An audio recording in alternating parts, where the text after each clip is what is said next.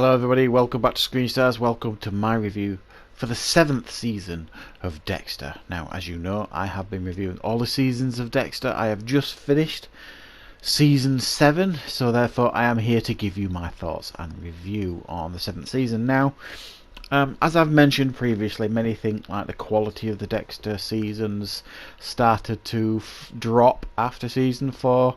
I do kind of subscribe to that and agree with that, but I do think they're also of good quality as well.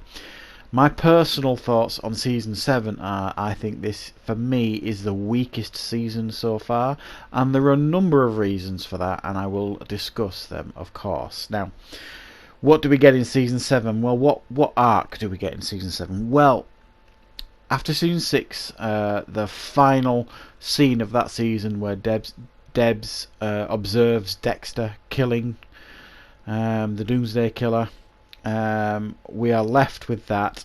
Dexter's trying to cover himself, at the beginning of this season, trying to make out, he just lost it for a minute, but Deb figures out fairly quickly who Dexter is, and he reveals the truth to Debs, that he is the Baber Harbour Butcher. He's a serial killer.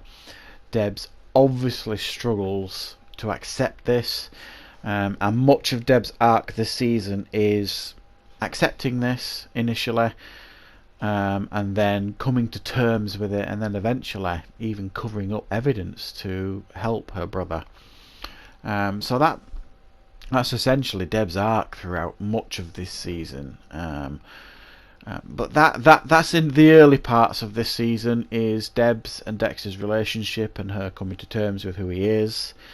And then Dexter, the first episode, if you remember the police detective from season 6, Mike, is killed at the beginning of season 7 by a Russian guy called Victor, and Dexter tracks him down and kills him, which then makes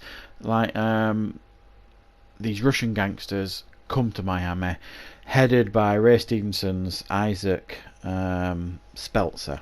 Not Isaac Speltzer, Isaac Serco, who is seemingly on a mission to find out who killed Victor.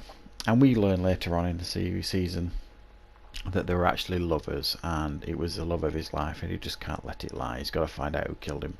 He figures out fairly quickly that it's Dexter, and then Dexter has got like a head-to-head with Isaac for much of this season, right up to the point where they have actually kind of become friends and actually help out each other. Dexter is also pitted against this season a couple of other serial killers. There is Ray Speltzer, who I thought was brilliant. I think they could have focused a whole season around this serial killer. It was this big guy who puts on this outfit and stalks his women around this maze. I mean, it was terrifying, really was. And I thought it was a great foil for Dexter, and I think they could have expanded that through a whole season, and I thought it was a shame we didn't get more of him. I thought it was a brilliant character and a brilliant enemy for Dexter to go up against. And then later on we got like this arsonist killer as well, which is interesting, and they finished that arc pretty quickly as well. It's an odd season because we never really got what I would consider like a strong antagonist for Dexter. Isaac, you think was going to be that, and then doesn't become that, and he's gone by, is it episode 9? I thought Ray Speltzer was brilliant, and we should have had far more of him. Like I said, we could have easily have had him for a whole season. And then the arsonist killer just seemed like a little bit of, we need to put, we've got these last 3 episodes to do, we'll put another killer in there, just to give him a little bit of something else. It seemed like this season was pretty unfocused in its writing. It didn't really have a satisfying arc for Dexter, and even us as an audience member as well. So I thought it was a bit of an odd choice really in regards to the villains for this season. Other than Deb struggling to cope with Dexter's truth, she mainly goes head to head here in this season with Hannah McKay, who I thought was a good addition, one of the strengths added to this season. The love interest for Dexter is herself a serial killer, Dexter end up falling in love. Ultimately, it goes south because Deb's on a mission to basically prove that she's a killer. But I thought that worked really, really well. The Hannah McKay thing, and obviously we get to meet her again in the final season. Well, it's not the final season now, but you know what I mean. For Dexter, like I say, it was an odd season for him in some ways. You know, they gave him this real love interest. He gives up his trophies as well, which seemed a little bit odd to me. He just gives them up in the episode with Ray Speltzer. Because he thinks he should, because he thinks he's outgrown them now or something. It was very rushed, that, when you consider they've been a big part of who he is for so long. I thought they rushed that, you know, I'm just giving them up. And he also continues his what to really call it, really, is issues with Lewis, you know, the guy that works with Vince Masuka at Miami Metro, this geeky guy who Dexter lambasted last season when he was doing his serial killer computer game.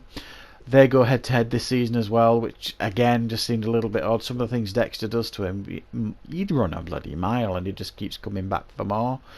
Just seemed odd for me. What do we get from LaGuerta? Well, LaGuerta spends most of this season hunting for the Bay Harbour Butcher because she finds a blood slide right at the beginning of the season in the church that burns down, and she's convinced that the Bay Harbour Butcher is alive and well, and she wants to prove, obviously, that Dokes is innocent, and we know where her investigation leads. But Batista, again, not enough given to do this season. Ultimately, the most interesting thing they give him to do is the fact that he wants to retire and open a restaurant, which ultimately, you know, the retirement thing gets put to one side in season 8.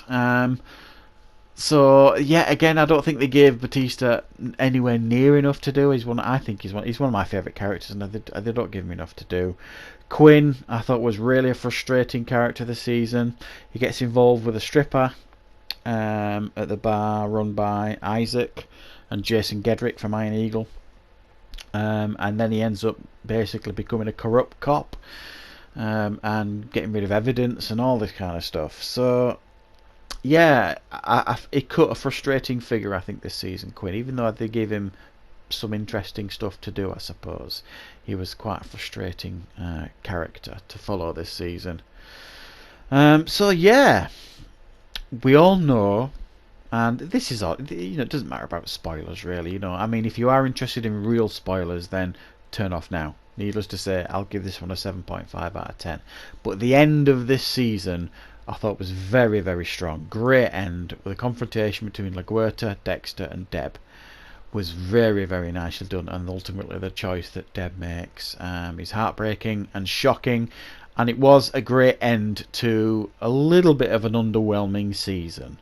But there are still quite a few high points in season 7, don't get me wrong, but I think it's certainly, from my perspective, the weakest.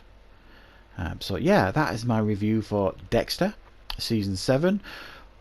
Only one more season to go, apart from obviously the one that they are filming this year for us, but we're all excited to check out. But yeah, that's my review for season 7. I hope you liked it. Thank you very much for watching, and stay tuned for a week or two from now, and I will obviously get my review for the final 8th season of Dexter. Thanks for watching, everyone.